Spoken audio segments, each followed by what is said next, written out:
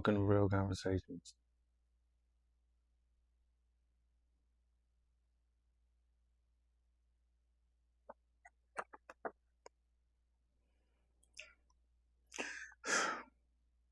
Well, today's question is, when did you realize you were living for everyone else instead of yourself?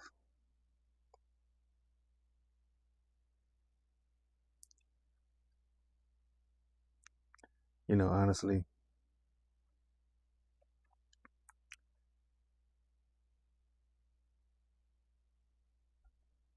I didn't have an answer to that question for years um, because it was tough to answer.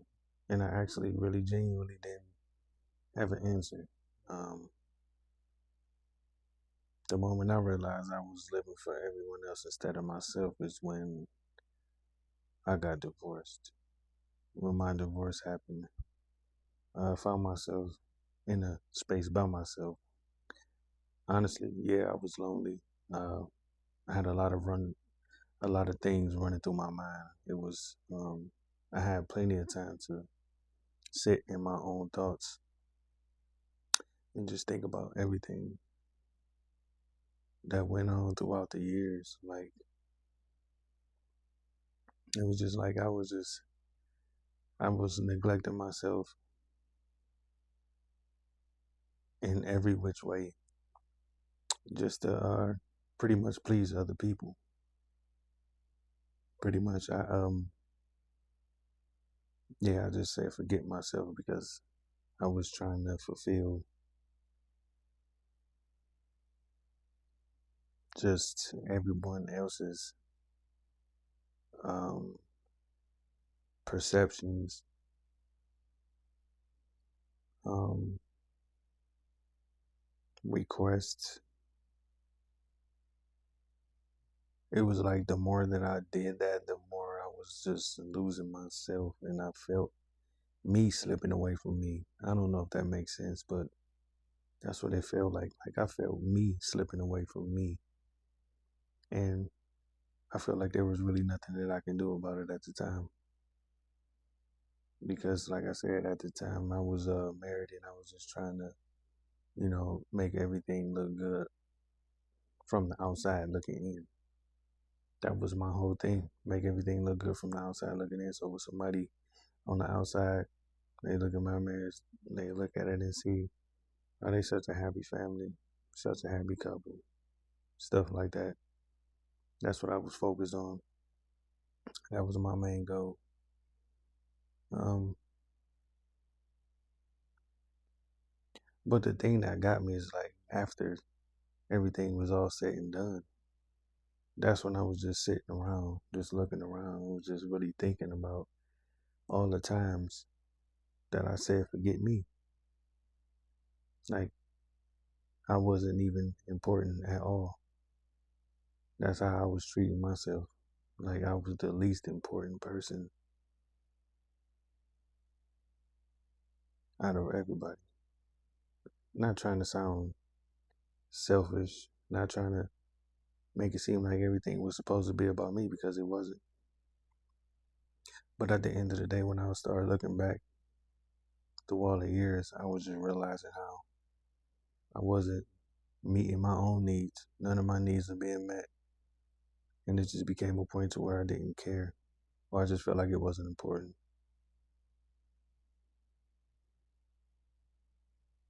You know, as the main provider with the income and everything,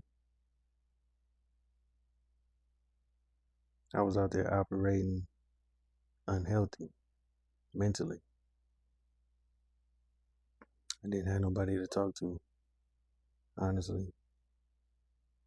It wasn't one of those type of, like, I'm not bashing anybody, but it really wasn't one of those type of situations to where I could just come home from fighting the world and just unload and just unwind and just really have a conversation on how my day was and the things that I experienced. And, you know, my outlet was drinking and smoking. That was my outlet. That was my way to cope with everything that I was dealing with mentally, silently, was to indulge in those two things. And that's just a number. Those two things don't solve any situation, but at that time, I relied heavily on those two. That was my go to for years. That's how I dealt with my struggles mentally, going to work, dealing with racism, coming home and not having nobody to talk to. I was married, and most guys would be like, actually, your wife is supposed to be the person that you should be able to come home to after you out there having a rough day or whatever you may experience. You're supposed to be able to come home to your significant other and have a conversation and to unwind and unload and talk about your frustrations and everything like that, because your significant other, your other person, is supposed to be able to make you feel better. You're supposed to take all that out of your mind once you get home. That's what that person's supposed to do. Your husband, your wife, or whatever. You should be able to come home and talk and unload everything. Not overwhelm them with it, but you know, just for somebody, just have a, a, a, a just like someone loaning you their ear. You could just, talk your frustrations over with somebody, and it don't have to be for a long period of time, but just having that there in your life, having that present, that that's a big deal, if you ask me, especially in the marriage, relationship too. You should be able to talk to that other person that you with. Um, but yeah, it was. I didn't have too much of that outlet available, but after everything was over, and I realized I was living for everybody else instead of myself. Just replaying everything in my mind. Just you know, it just it was just I was just thinking about all the times. You know, I remember when this happened. I remember when that happened. I remember when I said yes and I really didn't want to do it. I remember when I really meant no. When I said yes just to please other people. Um, Being tired, not wanting to go home. I mean, work, not want to go to work some days because just being so exhausted from taking care of so much. Didn't really have time for myself. And at the time, those thoughts was going through my mind, but I kind of didn't care. I really didn't care much because it was like, hey, I gotta go to work. These bills need to be paid, and I got a family to feed, and that was just my whole thing. And I wasn't really thinking about myself. I wasn't thinking about what I needed mentally. I needed, you know, a lot, and I swept a lot under the rug, and I put myself last. And there's nothing wrong with doing that. I mean, I think it's just you have to balance that out somehow when you in a marriage and you got a wife and kids. You have to balance everything out. You got to make time for everybody. You have to spend time together as a family. Everything just can't be about you. You know, talking about the husband. Everything just can't be about you all the time. Because you got kids in the picture. You know, you got a wife in the picture. So I was just trying to balance everything, balance all of that. But majority of the time, I was leaving me out. I was leaving myself out of it heavily, and I didn't really have nobody to go to. But those two substances that I mentioned earlier, those the things that I can go to deal with my day-to-day issues in the world of the 9 to 5, the things that I experienced at work, and you know unpleasant things from arguing with bosses and just, being in a position to where you can't really quit because you got bills to pay. You can't just throw in the towel and say forget everything. How them kids gonna eat? How them bills gonna get paid? How you gonna take your wife out on dates? You know. But yeah, after after the divorce, I really sat around and was just thinking like, man, I really put myself last all the time, every day, and I just like I feel like I mean I lost in the end, and that's what the thing when you feel like you lost in the end, but you didn't really put yourself first because if you did, bills wouldn't be getting paid. You wouldn't be doing whatever you had to do to put food on your table, on the table. None of that. There was times where I didn't have a car. I had to ride a bike in the snow in the wintertime. It didn't bother me. It felt good to do that. Put my backpack on, rode that 10 speed to the grocery store, through the slush, through the ice. You know, I put up everything I could fit in the backpack. And then I had grocery bags on the handlebars. Went to the store, did what I had to do because that felt good. It was just some good feeling in that, going to the store, regardless of no car or not, but just being in that position to where you're doing for your family, you're doing what needs to be done. That was a good feeling. But in the end, when I found myself alone by myself and like I was the, I was the, how can I say it? Black sheep ain't the word, but it's like you were the bad guy and having the feeling like going out as being a bad guy when you know what you did. You did everything you could to make sure the bills was paid and put food on the table. And the thing that's crazy about it is because when you're sitting down in those times and you're thinking and you're feeling like nobody really recognized the little things that you went through, the things that you had to do to make certain things happen. A lot of that gets overlooked. And that part right there was really um a big blow for me, man. It was really tough. Just thinking about all the things that I had to do to provide and make things happen. And all that got overlooked, you know. Not saying I was always looking for a pat on the back. I wasn't even looking for a pat on the back at all. But just when things get overlooked and nobody really notices the things that you have to go through to provide, nobody really seem like nobody really cares as long as they receiving what they want.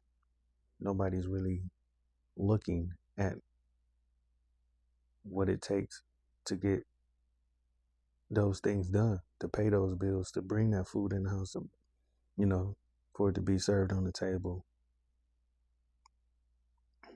It's I hated 9 to 5s. I always was trying to find a way to get out of the workforce, but it never happened. I was doing things. I was trying to resell shoes, all type of stuff. I was just always just trying to find a way to get out of work and make money, not illegally, but just find other ways to make work besides a job, a 9 to 5. I hated it, and I did it for years.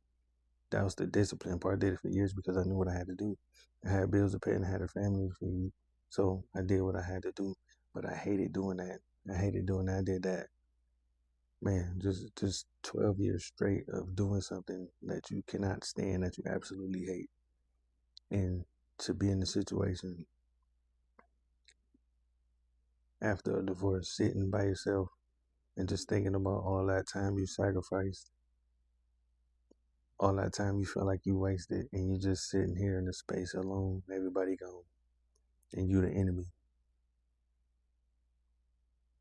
That's crazy. That'll make some men go insane. That'll make some men go crazy. But, it was a real sad time just being in a position like that where, you know, you did everything you could to make things happen and you lost in the end.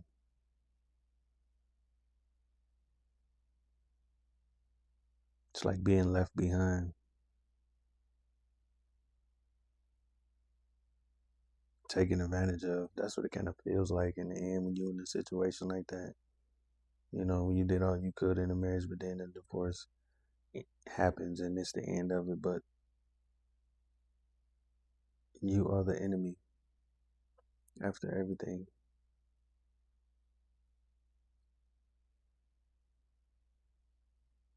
And I'm going to say this, it wasn't because I was a cheater, because I never done that throughout my whole marriage. Throughout the 12 years of marriage, I wasn't a cheater. So that's another thing that was replaying in my mind. Like, this didn't even end because of that. I wasn't a gambler, none of that stuff. It was just somebody just decided that they wanted to move on. And that was just the end of it. And to be on the other end of that,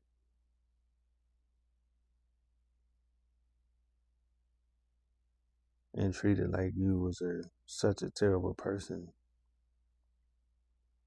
it's that'll drive a lot of people into the ground. That will drive a lot of people into the ground. But thank God for the mental strength that I had. I didn't self-destruct, but I was thinking about a lot of reflection, a lot of time for just thinking about all the time just felt like a whole waste. Just thinking about all the time I wasted. Like I felt cheated of my time. That's what I felt. But it's just a short conversation that I wanted to share with you guys out there. Being in a marriage and then being a person in the end that's the enemy when you did all that you could do to provide and do the right thing, and somehow you still wind up as the bad guy. Especially, it wasn't no domestic violence situation on my behalf or cheating, but still wind up being the bad guy in the end. So stuff like that will make you think, you know, make you feel like you've been scammed. You know, uh, I don't wish bad on anybody. I'm glad that I have experienced it because I learned a lot from it. And yeah, it was a wonderful experience. There were good times, and there were bad times, like any other relationship. But I just know in the end, after it was all said and done, when I found myself by myself, I felt cheated. I felt scammed. I felt used. I felt like I wasn't enough. But it's all good now. I overcame everything. And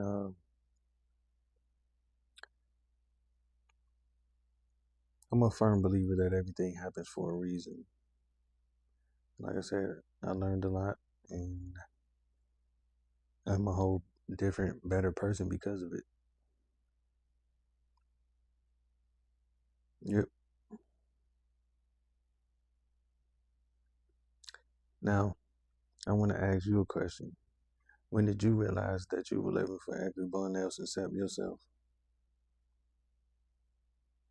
Let me know in the comments because somebody out here might need to hear your story as well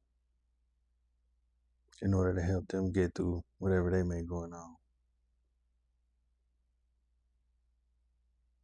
And, I see you in the next conversation.